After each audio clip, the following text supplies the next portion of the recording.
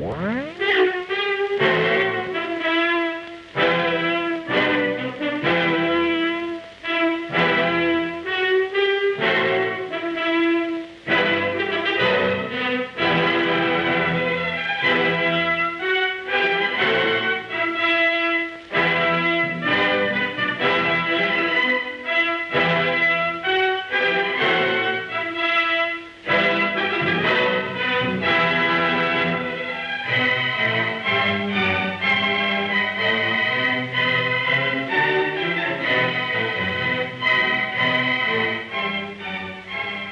few basic principles must be observed in taking the Census of Agriculture.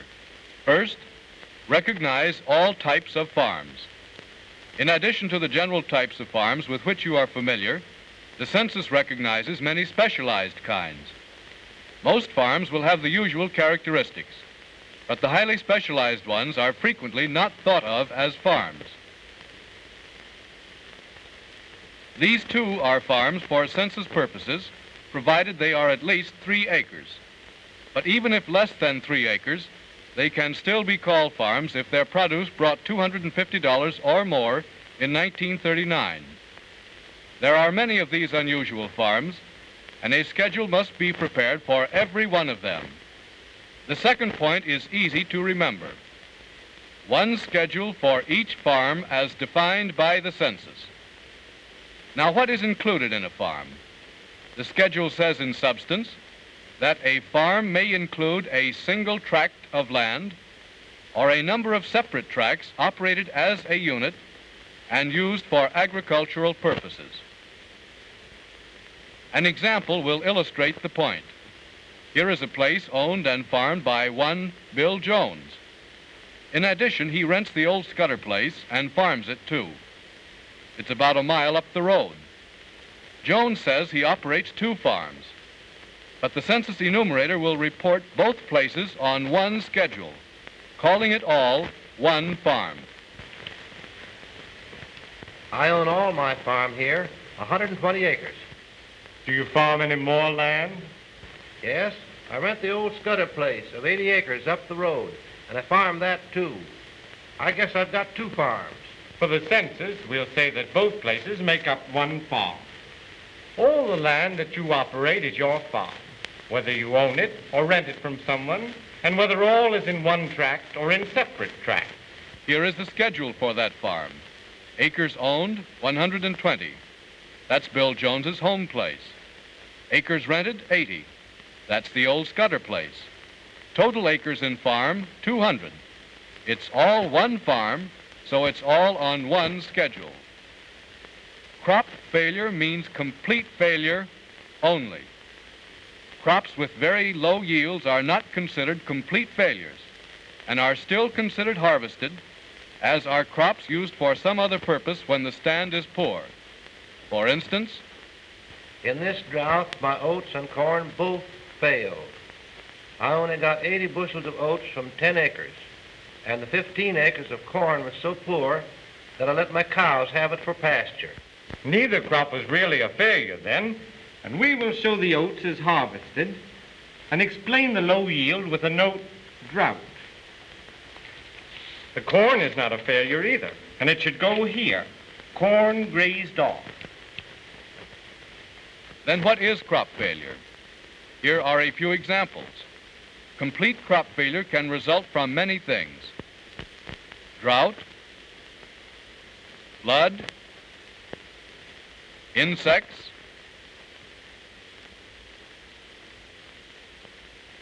frost, and even if a crop is left to rot in the field because the price is too low or because no labor is available to harvest it. A crop that failed should be reported in this way. Say 40 acres of winter wheat were blown out of the ground in the spring. Here, under supplemental information, in the spaces provided for reporting crop failure, we write in the first column, winter wheat,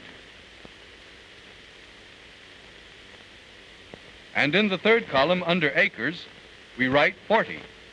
If the land was successfully replanted to spring wheat, we would report the acres and production in the crop section on the reverse side of the schedule, and also note under supplemental information, on the same line as that on which we wrote winter wheat, we would write spring wheat in the second column and 40 in the fourth column. By making these entries under supplemental information, we explain exactly what happened and why nothing is reported for question 14, land from which no crop was harvested in 1939 because of crop failure or destruction. Remember, crop failure is complete failure, and if the field is successfully replanted after a failure, the acreage is reported as replanted, and the second crop is not a failure. It is shown as harvested. Livestock, handle with care. In listing the livestock on the farm or ranch, you must watch carefully the age limits given. Note particularly the lower age limit for each kind of livestock. But why, you ask, leave out the baby animals? Every schedule is to be filled out as of April 1st, even though you don't visit a farm until several days later. So let's visit a couple of farms on the 1st of April, just to see why the different animals must have reached a certain age before they are included in the inventory. Here is a farmer who hopes to get his hogs to market early, and so the farrowing is all over. The pigs are 3 or 4 weeks old, but his neighbor here isn't in such a hurry, and there isn't a litter on the place yet. If we wanted to count the pig crop in his district, we couldn't do it on April 1st because all the pigs haven't been born yet. So we deliberately leave out all pigs and all calves, colts, kids, lambs, and young chickens that were on April 1st under the age limits shown on the schedule. Sometimes serious errors result in the careless writing of fractions. Write fractions with bar horizontal between figures. Most people have learned to write fractions with a slanting or diagonal line, and it is very easy when you are in a hurry for these fractions to slip into this form. Now, is that 19½ or is it 19,112? Your guess is as good as mine. One such error might ruin the accuracy of your figures. Such errors are difficult to locate and expensive to correct. So please write fractions this way. Keep the bar horizontal and put one figure right above the other. Get the information from the farm operator or some member of his family. Here is a case where the farm operator could not answer the question, but the enumerator got the information. How many dozen chicken eggs were produced last year? I don't know. My wife takes care of the chickens. Maybe she'll know. She's around somewhere. Mary? Yeah? How many dozen eggs your chickens lay last year? I don't know exactly. I didn't keep a tally sheet. I'll figure it out if you can tell me two things. First, what is the greatest number of eggs you got on any one day? And second, what is the smallest number you got on any day? I remember along the 1st of May, I got 150 eggs in one day. And along in the winter for 5 weeks, I didn't get any. I'll take the high production and add the low. Then divide by 2, which makes 75 per day average.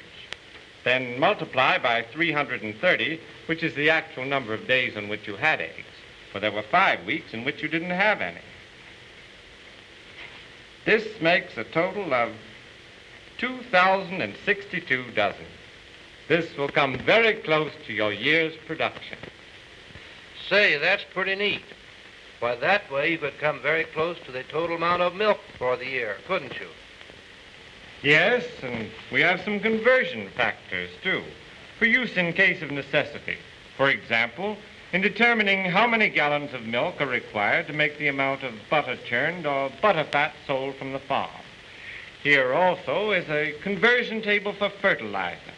Why, this little handbook is a lifesaver when you run up against a real one. Principal points have been brought out in this instruction. Going over them again, we have Recognize all types of farms. Make up one schedule for one farm. Crop failure means complete failure. Report livestock of ages specified in the questions on the schedule. Use horizontal bar infractions.